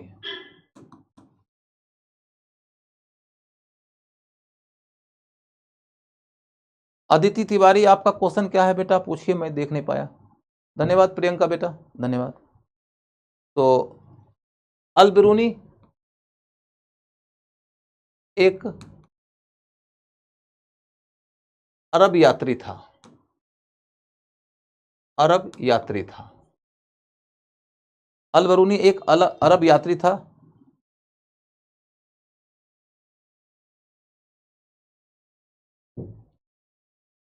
महमूद गजनबी के साथ भारत आया, महमूद गजनबी के साथ भारत आया।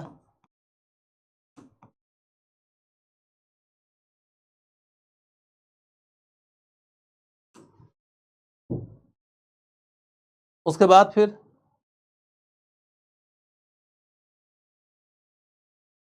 देखो, आंसर राइटिंग वगैरह के बारे में मैं अभी क्लास में कैसे बोलूँ, ये पीटी का क्लास है, पीटी क्लास में आंसर राइटिंग पे बोलने लगूंगा तो विषयांतर हो जाएगा।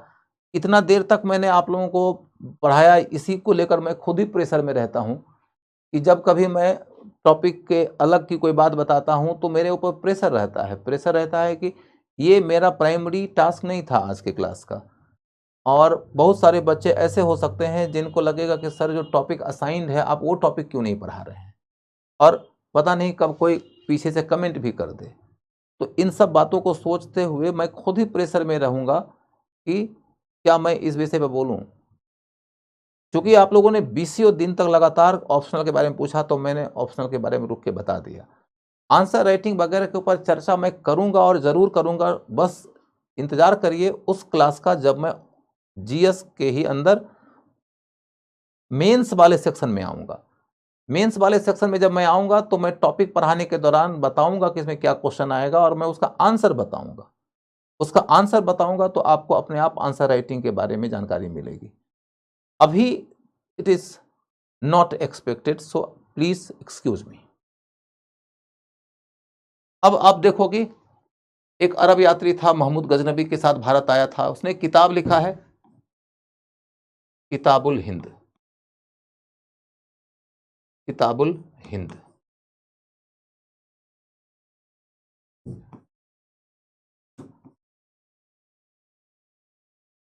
किताबुल हिंद, किताबुल हिंद के अंतर्गत क्या कहानी है कि वह भारत के बारे में क्या बोला, ये बड़ी महत्वपूर्ण है। इसके ऊपर क्वेश्चन थोड़ा डिटेल में आता है। भारत के बारे में उसने क्या बोला, भारत के बारे में उसने एक तो ये कहा कि इनका इनका अतीत काल, अतीत काल ज्ञान विज्ञान में उन्नत था, विज्ञान में उन्नत था। इनका जो अतीत काल था वो ज्ञान विज्ञान में उन्नत था। वह वह कहा कि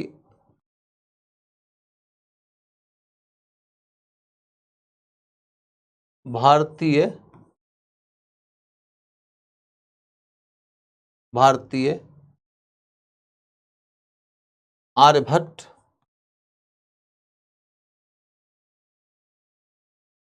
एवं बराहमिहिर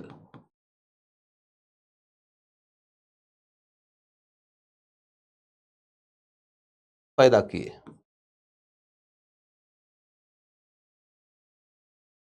तो इसको लेकर भारत की वो सराहना करता है, ये बहुत इंपॉर्टेंट फैक्ट है। लेकिन वर्तमान के बारे में क्या कहता है? वर्तमान में वो ज्ञान की ओर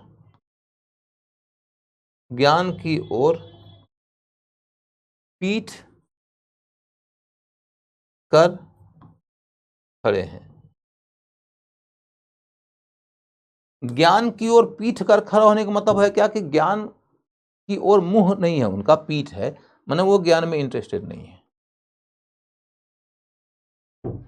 उनका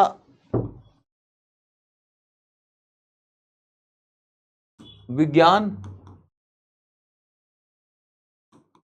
का ज्ञान कमजोर है, ज्ञान कमजोर है, उनका विज्ञान का ज्ञान कमजोर है।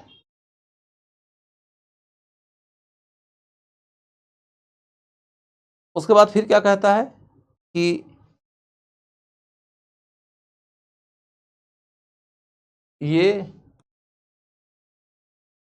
ये लोग अपने धर्म, अपने देश, अपने ज्ञान विज्ञान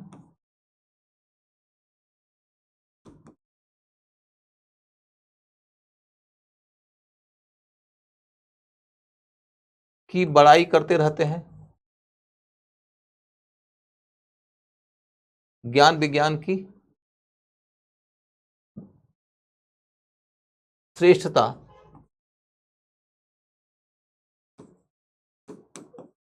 का दावा करते हैं।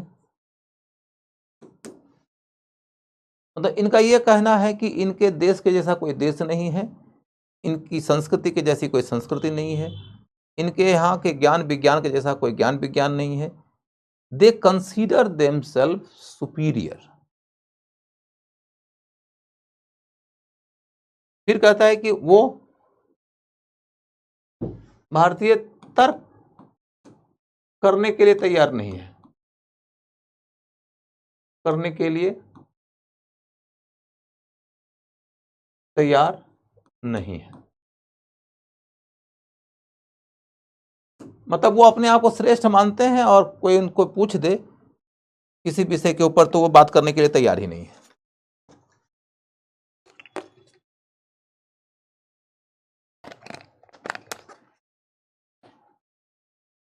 फिर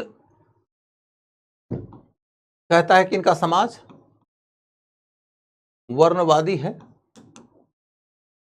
वर्णवादी समाज है, जातिवादी समाज है और ये अस्पृश्यता को मानते हैं।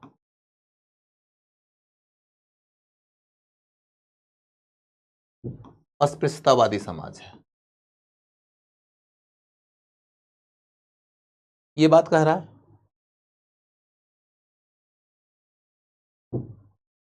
उसके बाद फिर अगला पॉइंट क्या है कि ज्यादातर लोग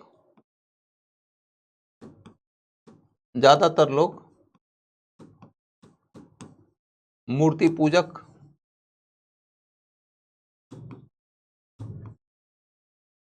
एवं बहुदेववादी है।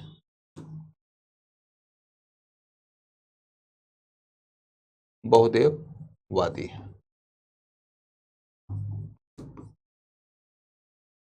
ज्यादातर लोग मूर्ति पूजक हैं और बहुदेववादी हैं। एक देवता को नहीं मानते, अनेक देवताओं को मानते हैं और मूर्ति पूजा करते हैं। ज्यादातर लोग ऐसे ही हैं। यानी कि ज्ञान मार्ग कमजोर है, भक्ति मार्ग प्रबल है, ज्ञान मार्ग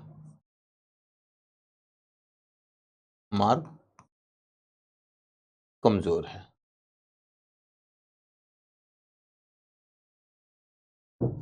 एक तो ये बात हो गई। इसके बाद इसके बारे में और भी 2-3 बातें रिमार्केबल है जो पूछता है एग्जाम में, वो ये कि वह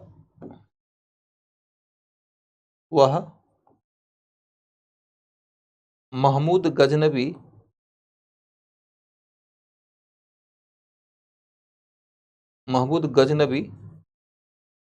का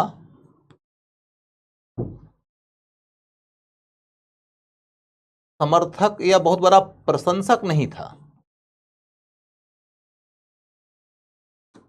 ऐसा नहीं है कि उसको वो गाजी कहे जा रहा है और उसके हमले का वो बहुत ज़्यादा अप्रिसिएशन कर रहा हो, ऐसा नहीं है। वो खुद एक लाइन लिखा है कि मैं जलते हुए नगर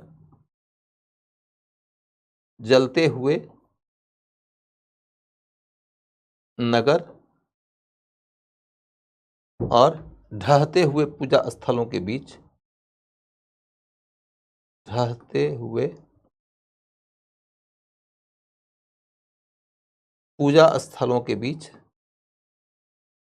लिख रहा हूं।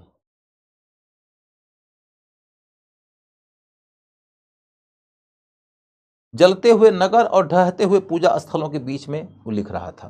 कहता मैं ज्ञान का एक निष्पक्ष द्वीप तैयार करने की कोशिश कर रहा हूं और मेरी पृष्ठभूमि यह है कि मैं जलते हुए नगर और ढहते हुए पूजा स्थलों के बीच लिख रहा हूं। खुद इसके देश पर भी महमूद गजनबी ने हमला किया था और वहां से उसको बंदी बनाकर ले आया था। फिर उसको विद्वान की तरह रखा, समाज सम्मान देकर रखा। लेकिन वो व्यक्ति मुताज़लाइट था। मुताज़लाइट एक ऐसा शब्द है जो अरबी भाषा के अंदर बुद्धिवादियों के लिए उपयोग में लाया जाता है। तो वो मुताज़लाइट था, बुद्धिवादी था, बहुत अध्ययन करता था, कई विषयों का विशेषज्ञ था और इसलिए उसने भारत के बारे में लिखा तो बहुत सारे विषयों को कवर किया। और लिखते हुए वो भारत के बारे में जो लिख रहा है उसके क्रम में देखोगे कि वह संस्कृत की कई सारी किताबें पढ़ा है, संस्कृत सीखा और संस्कृत की पुस्तकों का उद्धरण भी दिया है। मैंने उसकी किताब जब पढ़िएगा तो उसकी किताब में आपको अलग अलग संस्कृत की किताबों का उद्धरण मिलेगा। जैसे कपिल मुनि की किताब है, या कपिल मुनि क्या कहते हैं सांख्य दर्शन के बारे में ये बताएगा। सांख्य कारिका किताब का उद्धरण देता है। आर्यभट्ट ने क्या कहा है ये बताता है, संस्कृत के कोटेशंस लेके आता है। ब्राह्मीर ने क्या कहा है ये बताता है, संस्कृत के कोटेशंस लेकर आता है। उसने ब्राह्मणों के सहयोग से संस्कृत भाषा सीखा और संस्कृत भाषा सीख कर उसने फिर संस्कृत के ग्रंथ को पढ़ा और भारत के अतीत को जाना। इसके अलावा बहुत सारे लोगों से मिलकर पूछा भारतीय संस्कृति के बारे में, फिर कुछ आंखों देखी भी देखा। तो उसकी किताब कैसे तैयार हुई है, तो एक संस्कृत की पुस्तकों का उद्धरण दिया, संस्कृत पढ़ा। दूसरा वार्तालाप और तीसरा आंखों देखा सच, आंखों देखी सच। ये 3 माध्यम है जिनके रास्ते से उसने अपनी किताब लिखा है, किताबुल हिंद। एक और आलोचना करता है, वो आलोचना ये भी शामिल कर लीजिएगा। कहता है कि भारत के लोग अतिथियों का स्वागत नहीं करते, अतिथियों का स्वागत नहीं करते।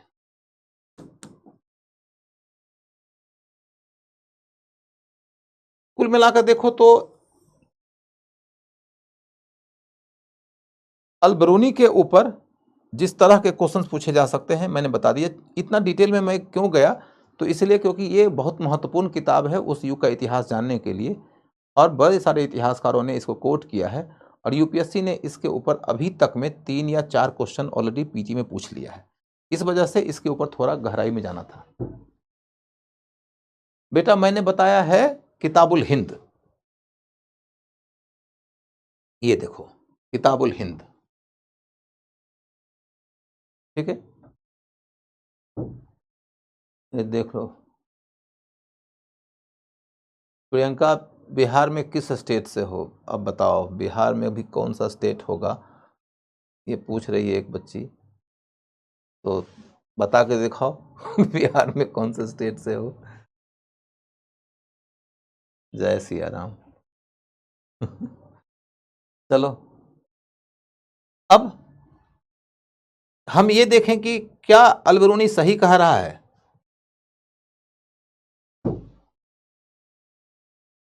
Was he right?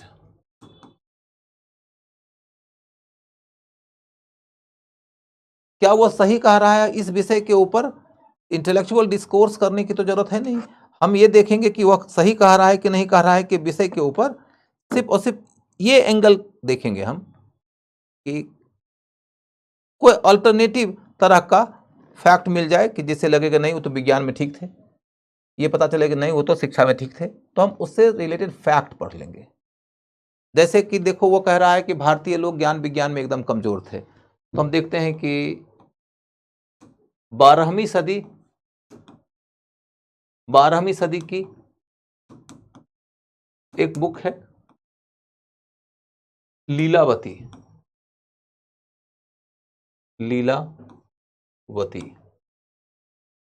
इस बुक को लिखे हैं भास्कराचार्य।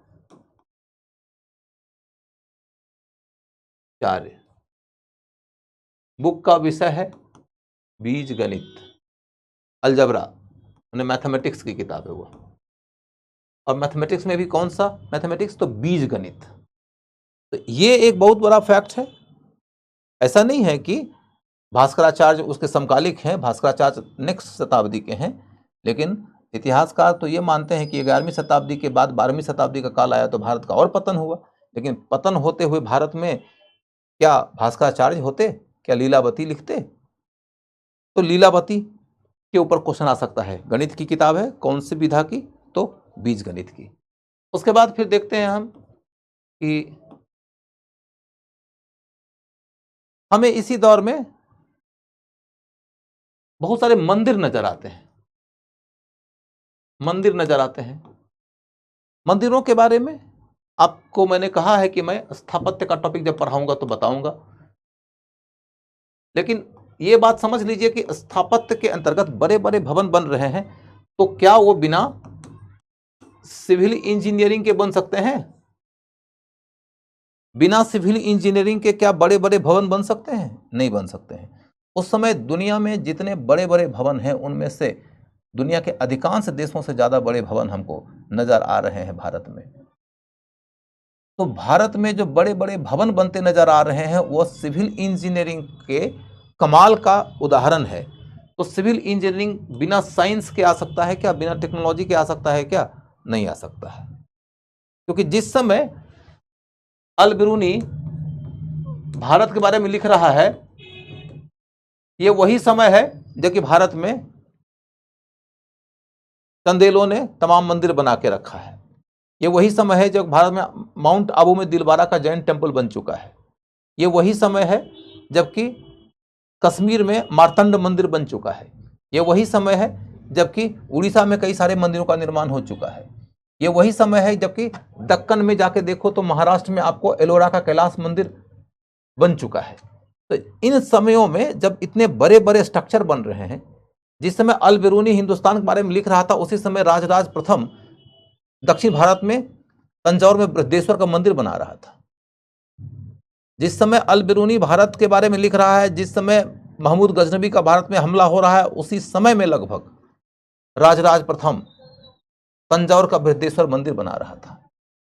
तो आप ये कैसे कह सकते हैं कि सिविल इंजीनियरिंग नहीं था और ज्ञान विज्ञान में भारतीय लोग अंधे थे? तो बाहर के लोग हैं, हमला किए हैं, विजेता के साथ आए हैं, तो अपने को सुपीरियर मानने का एक मौज है उनके मन में, इसलिए उन्हें भारत को सिर्फ इस तरीके से दिखा दिया। समझ गए? तो अब देखें कि इस समय शिक्षा के क्षेत्र में आपको पता चले कि ये वो दौर है जब भारत में नालंदा विश्वविद्यालय था, विक्रमशिला विश्वविद्यालय था।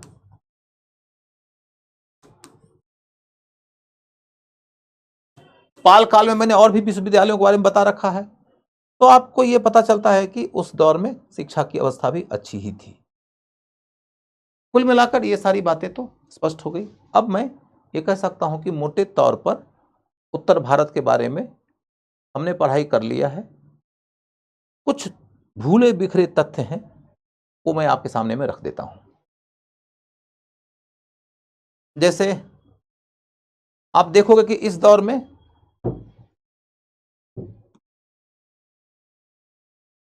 धर्म का अध्ययन करके देखो।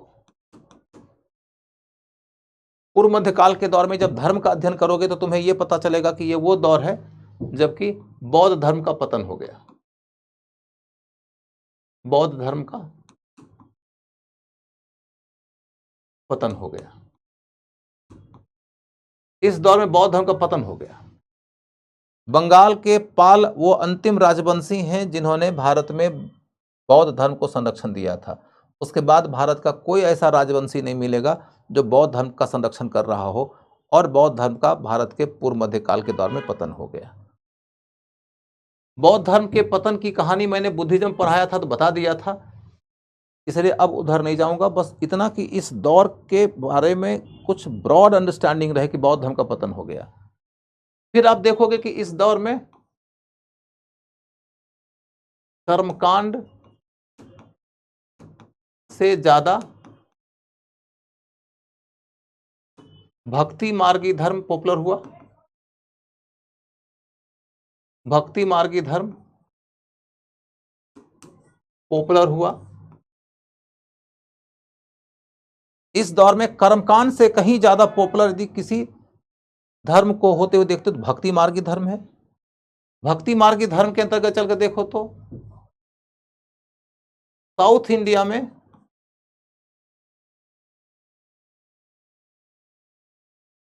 इंडिया में शैव धर्म ज्यादा पॉपुलर हुआ।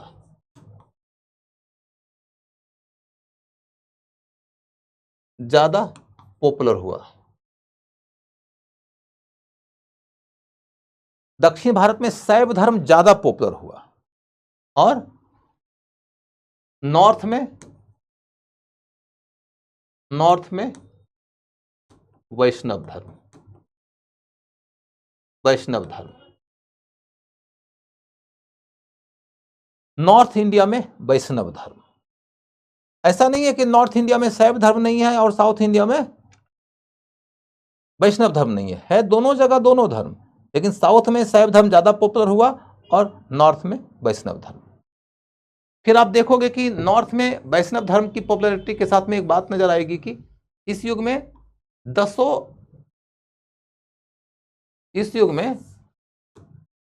दसों अवतारों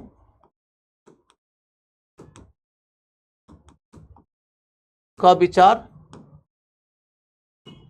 लोकप्रिय हो चुका था। 10 अवतारों का विचार लोकप्रिय हो चुका था। ये पूर्व मध्यकाल ही का दौर है जबकि भारत में आपको 10 के 10 अवतारों की पॉपुलैरिटी बहुत स्पष्ट नजर आएगी। इसमें आपको एक खास व्यक्ति का नाम याद रखना है। एक है जयदेव।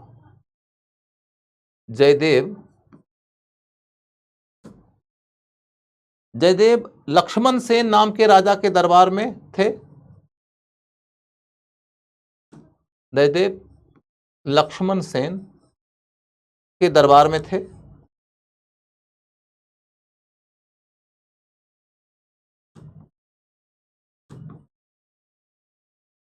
इन्होंने किताब लिखा था गीत गोविंद नाम से। गीत गोविंद। गीत गोविंद में पहली दफा 10 अवतारों का एक क्रमबद्ध लिस्ट मिलता है। इसमें 10 अवतार मिलते हैं। गीत गोविंद के अंदर 10 अवतारों का लिस्ट मिलता है। इसके अवतारों के लिस्ट पे क्वेश्चन पूछने की संभावना रहती है, जिसमें सबसे पहला है मत्स्य अवतार, जो सबसे छोटे हैं। मत्स्य के बाद कूर्म अवतार, कछुए के रूप में आए हैं। उसके बाद वराह अवतार, आप देखोगे कि जो प्रतिहार राजवंश है, उस राजवंश के लोगों का राजकीय चिन्ह बराह है और आदि बराह वगैरह अलबौरा वगैरह का टाइटल लेता है वो लोग। ठीक है, उसके बाद फिर अगला है नृसिंह। नृसिंह अवतार, नर और सिंह, जो हिरण्यकश्यप और प्रहलाद से जुड़ी हुई कथा है। उसके बाद फिर आप देखोगे कि परशुराम अवतार है।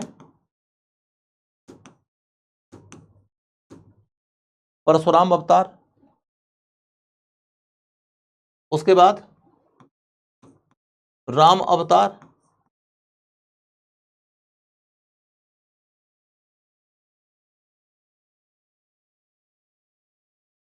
कृष्ण अवतार,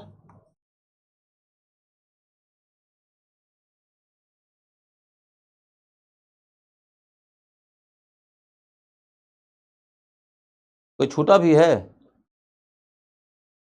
बोलो जी।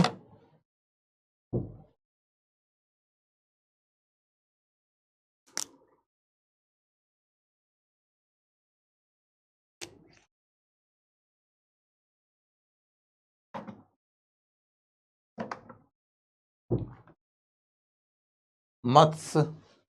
अब तुम लोग बताओ जी। सर हिस्ट्री का नोट्स नहीं। कौन? हाँ, एक छूटा है, यहां पे देखो, वामन अवतार।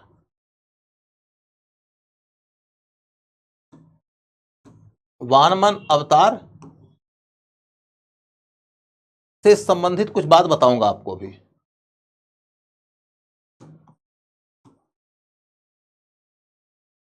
कृष्ण अवतार के बाद पहले लिख लीजिए, कृष्ण अवतार के बाद बुद्ध अवतार। बुद्ध अवतार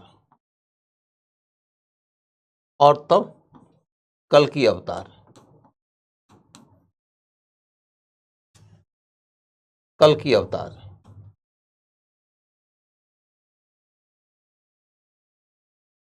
कल्कि अवतार। तो ये 10 अवतार हैं।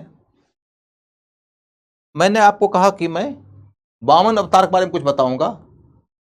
वामन अवतार को याद होगा आप लोगों को, मैंने ऋग्वेद के ऊपर एक डिस्कशन देखने के लिए कहा था कि ऋग्वेद का धर्म और उसका ज्ञान क्या है।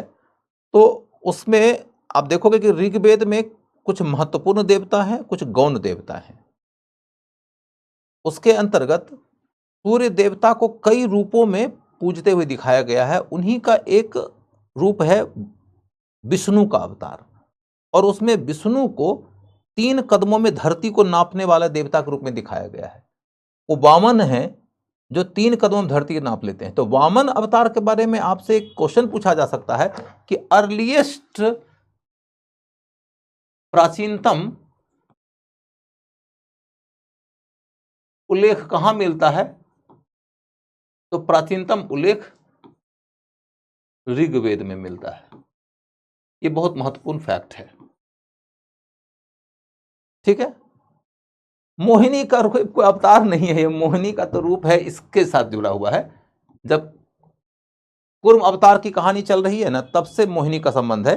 कि बात यह है कि जब क्षीर सागर का मंथन होना था, अमृत और विष अलग अलग किया जाना था, तो मंदार पर्वत को बनाया गया था वो उपकरण जिससे कि मंथन किया जाएगा।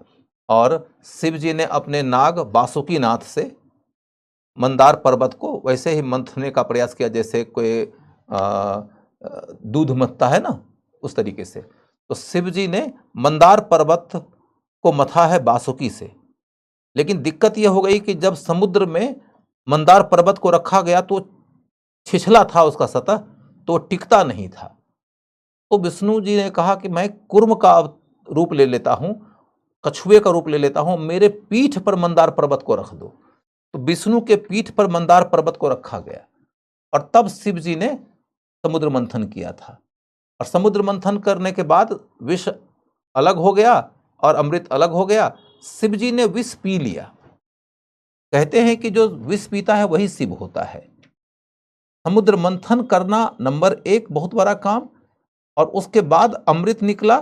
अमृत उन्होंने छोड़ दिया उन लोगों के लिए जिन्होंने समुद्र मंथन में सहयोग किया था, और विष बच गया जो कि दुनिया के लिए विनाशकारी हो सकता था, तो उसे उन्होंने अपने लिए रखा, हलाहल पी लिया। इसीलिए उनका कंठ नीला है, इसीलिए नीलकंठ कहलाते हैं। तो कहा जाता है ना कि गले में नीला रंग लगा कोई शिव नहीं होता है। शिव होना है तो नीलकंठ होना पड़ेगा, यानी कि विष पीना पड़ेगा। तो शिव ने विष पिया था और उन्होंने अमृत छोड़ दिया उनके लिए। तो राक्षस और देवता दोनों ही अमृत मंथन में सहयोग किए थे अमृत पाने की उम्मीद में। लेकिन बाद में क्या हुआ कि अमृत की चोरी हो गई। जब चोरी हो गई तो उस चोरी हुए अमृत कुंड को प्राप्त किया विष्णु जी ने मोहिनी का रूप धारण करके। तो मोहिनी रूप में विष्णु आए हैं उसी समय जबकि वो कूर्मावतार लिए थे और मोहिनी को रूप धारण किए। तो इसलिए मोहिनी रूप वहीं से जुड़ा हुआ है। वराह का जो कॉन्सेप्ट है काफी पॉपुलर है। अब देखिए कि गुप्त काल में वराह की मूर्ति आपको मिल जाएगी। मैंने आप लोगों को गुप्त काल में वराह की मूर्ति दिखाया है। याद है आप लोग को वराह की मूर्ति मैंने दिखाया था गुप्त काल में? कौन से गुफा में? उदयगिरी की गुफा में। फिर आपको प्रतिहार राजाओं की ओर चलकर देखने से पता चलेगा कि उनके सिक्के पर वराह का अंकन होता था। प्रतिहारों के सिक्के पर वराह का अंकन होता था।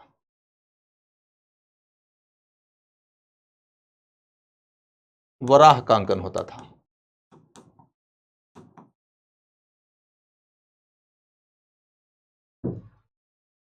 नरसिंह का संबंध दीपावली के साथ में जुड़ा हुआ है। दिवाली कब से मनाया जाता है? तो कहते हैं ना कि प्रहलाद भक्त था विष्णु का और उसका पिता हिरण्यकश्यप था जो कि विष्णु का नाम लेने से नाराज होता था। अपने पुत्र को ही उसने कहा कि इसको जला दो।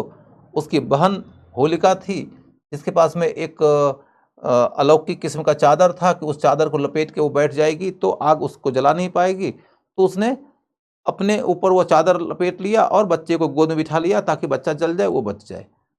लेकिन आंधी तूफान आ गया, उसकी चादर उड़ गई और चादर आ गई उड़ के किसके बदन पे? प्रहलाद के बदन पे, और होलिका ही जल गई। यहीं से होलिका दहन की कहानी आती है। तो दीपावली त्यौहार का नाता किसके साथ में है? तो नरसिंह अवतार के साथ में है।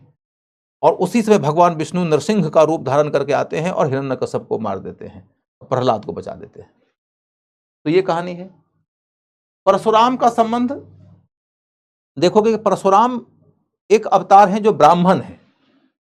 जैसे कृष्ण अवतार हैं क्षत्रिय हैं, राम अवतार हैं क्षत्रिय हैं, बुद्ध अवतार हैं क्षत्रिय हैं। परशुराम अकेले अवतार हैं जो ब्राह्मण हैं। लेकिन ब्राह्मण होने के बावजूद वो हाथ में परशु नाम का एक उपकरण रखते हैं और कहा जाता है उन्होंने क्षत्रियों का संहार किया है। अब उसकी कहानी को पढ़ना जरूरी नहीं है। फिर राम अवतार, कृष्ण अवतार। इसमें कृष्ण अवतार के बारे में इंपॉर्टेंट है कि ये एकमात्र अवतार इन्हीं को माना जाता है, कहा जाता है 16 कला संपन्न थे। 16 कला संपन्न थे। 16 कला संपन्न का मतलब है क्या कि कला माने वर्चू, गुण, विशेषताएं। 16 प्रकार की विशेषता माने संपूर्ण विशेषता के साथ में। माने भगवान विष्णु, ये मत समझिए कि राम कमजोर थे, ये मत समझिए। भगवान विष्णु के ही रूप हैं राम, भगवान विष्णु के ही रूप हैं कृष्ण, अवतार लिए हैं वो। तो भगवान विष्णु जब राम अवतार में आए थे तो वह 12 कला के साथ में ही आए थे, क्योंकि उनके युग में अधर्म उतना ज्यादा नहीं था। और भगवान कृष्ण के रूप में जब आए हैं तो अधर्म बहुत ज्यादा हो चुका था। ऐसे में उनको धर्म की स्थापना करना था तो 16 कलाओं की जरूरत पड़ी। 16 कलाओं के अंतर्गत छल वगैरह भी शामिल है। अब देखिए तो 16 कला के अंतर्गत यह कहानी है कि भगवान कृष्ण का युद्ध होता था काल यवन के साथ में। काल यवन को इस बात का वरदान प्राप्त था कि वह किसी हथियार से नहीं मरेगा, और कृष्ण की नगरी के ऊपर वो इसी उत्साह में हमला करते रहता था। तो फिर कृष्ण जी की यही स्थिति हो गई कि उन्होंने काल यवन को बुला लिया कि चलो हम और तुम दोनों फरिया लेते हैं, सेना को क्यों मारते हो। काल यवन बोला ठीक है हम तैयार हैं, क्योंकि उसको पता था कि हमको ये मार नहीं पाएगा। ये भाग जाते हैं, रणछोड़ दास कहलाते हैं।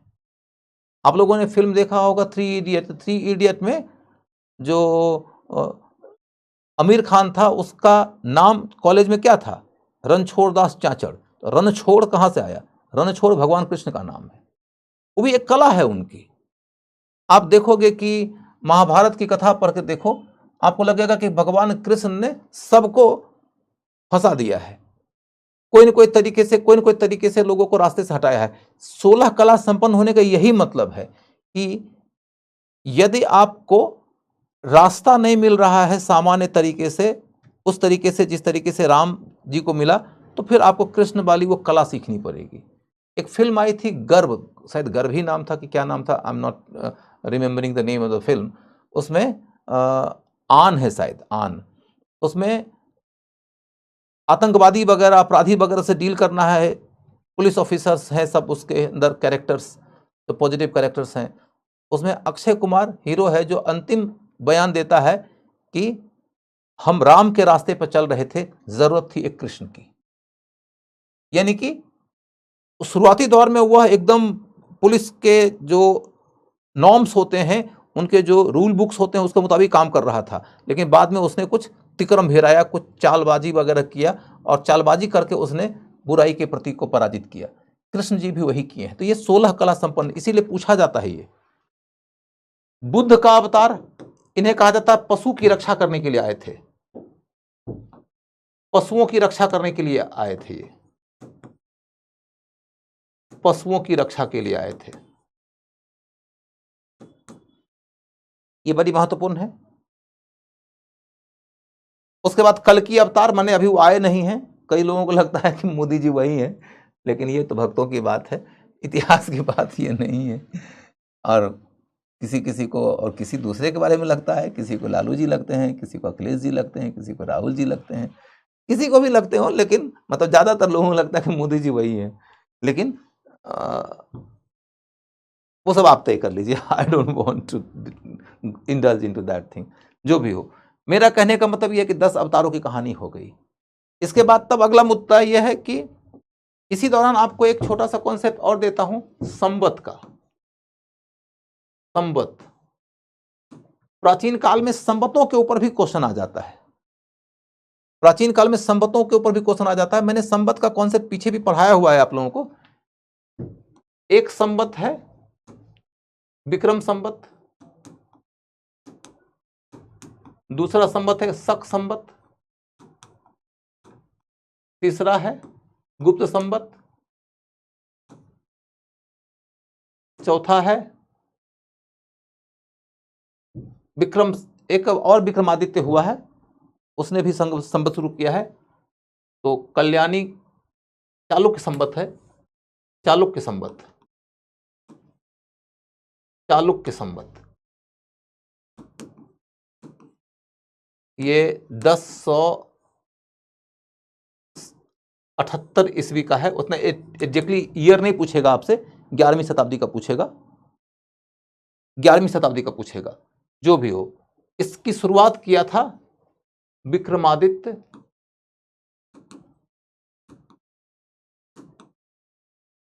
सिक्स ने, विक्रमादित्य सिक्स ने इसकी शुरुआत किया था। इसके बाद फिर एक मिलेगा लक्ष्मण संवत, लक्ष्मण संवत। लक्ष्मण संवत की शुरुआत किया गया था 1191 में, लक्ष्मण सेन ने किया था। वही लक्ष्मण सेन जो सेन वंश का राजा था। सेन वंश का राजा लक्ष्मण सेन ने शुरू किया था। सेन वंश के राजा लक्ष्मण सेन ने इसकी शुरुआत किया था, वो मैं आपको बता चुका हूं। अब एक छोटा सा फैक्ट और बता देता हूं। सेन वंश में 2 राजा हुए हैं, एक बल्लाल सेन, बल्लाल सेन, एक लक्ष्मण सेन। बल्लाल सेन और लक्ष्मण सेन।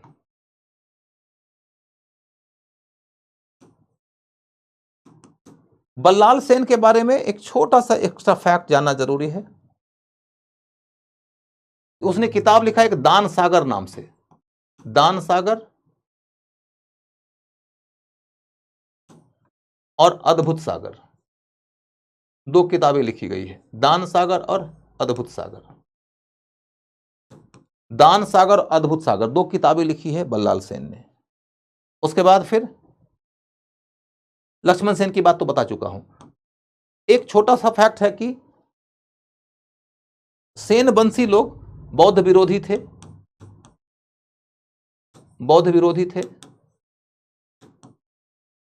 फिर इनके साथ दूसरी जुड़ी हुई बात है, कुलीन प्रथा शुरू किए थे, कुलीन प्रथा माने थोड़ा एरिस्टोक्रेट लोगों को ही ऊंचे पद मिलते थे। और एक तीसरी बात है कि ये ब्रह्मक्षत्र पृष्ठभूमि के थे, ब्रह्मक्षत्र पृष्ठभूमि के थे, माने ब्राह्मण थे और क्षत्रिय बन गए थे, क्षत्रियों की तरह शासन करने लगे थे, तो ब्रह्मक्षत्र थे। कुल मिलाकर इतनी कहानियां आपने यदि जान लिया तो समझ लीजिए कि सेन वंश के बारे में भी आपने पूरी कहानी पढ़ लिया। ये तो मैंने पढ़ा ही दिया है कि सेन वंशी शासक लक्ष्मण सेन के काल में बख्तियार खिलजी ने हमला किया और उसने बंगाल को जीत लिया था और उस तरीके से बंगाल चला गया था तुर्कों के अधीन। अब आज की चर्चा के रास्ते हम कह सकते हैं कि हमारा नॉर्थ इंडिया से संबंधित डिस्कशन कंप्लीट हो गया है।